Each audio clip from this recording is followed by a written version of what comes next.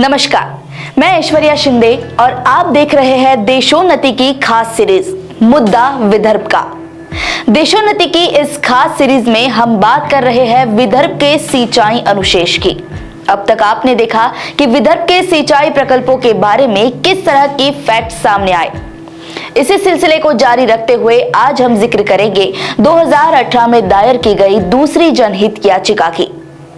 दरअसल सिंचन शोध यात्रा के बाद जो खुलासे हुए उसको देखते हुए विदर्भवादियों ने अदालत में एक दूसरी याचिका दाखिल करते हुए कहा कि विदर्भ के सिंचाई प्रकल्पों की देखरेख के लिए एक कमेटी का गठन किया जाए और हाईकोर्ट ने उनकी यह याचिका स्वीकार कर ली। अब जिगांव प्रकल्प आज भी बोल रहा है, सरकार आज भी बोल रही है कि 0% ये काम हुआ, उस पर 0 हेक्टेयर जमीन आज तक सिंचाई के अंडर 0 हेक्टेयर आई है। इस प्रकार से बहुत कमियां हमने देखी और इसलिए फिर से हम 2018 में एक पीआर दूसरी किया।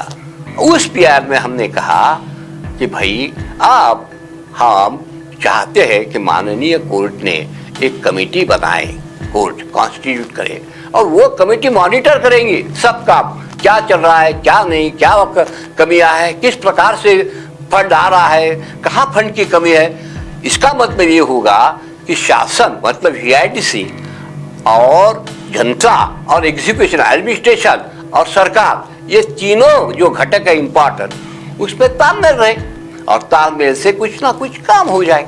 ये हमारी दूसरी पीआर थी, वो मैंने 2018 को की थी। इस तरह से विदर्भ के सिंचाई अनुशेष पर दोबारा सुनवाई की शुरुआत हुई, लेकिन सुनवाई के दौरान फडणवीस सरकार ने भी सिंचाई प्रकल्पों को लेकर वही पुराना रवैया दिखाया।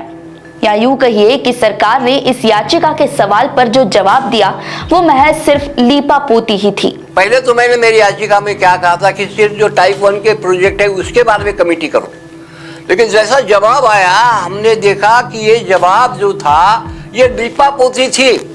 सरकार कोई कैजुअल स्टेटमेंट अप्रोच था। अरे क्या उन्होंने एफिडेविट दिया, उन्होंने कहा साहब देखिए सोचिए, हम सब टाइप 1, टाइप 2, टाइप 3 सभी प्रकल्प जो है वो 2022 तक पूरे करेंगे। तो मैंने आपत्ति जताई और मैंने जवाब में माननीय हाईकोर्ट के सामने ये बात कहा कि साहब जब 2018 तक ये इन्होंने 30% भी काम नहीं हुआ, क्या 3 साल में 4 साल में पूरा काम हो सकता है? महाराष्ट्र सरकार के इस रवैये से एक और जहां विदर्भवादी हैरान थे, तो वही हाईकोर्ट ने भी अब इस पर सख्त तेवर दिखाना शुरू किए। अदालत ने न सिर्फ VIDC को कड़ी फटकार लगाई बल्कि राज्य के मुख्य सचिव को भी तलब किया। तो क्या हाईकोर्ट की फटकार के बाद महाराष्ट्र के मुख्य सचिव अदालत में हाजिर हुए? जानने के लिए देखते रहिए देशोन्नति की यह खास सीरीज मुद्दा विदर्भ का। नमस्कार।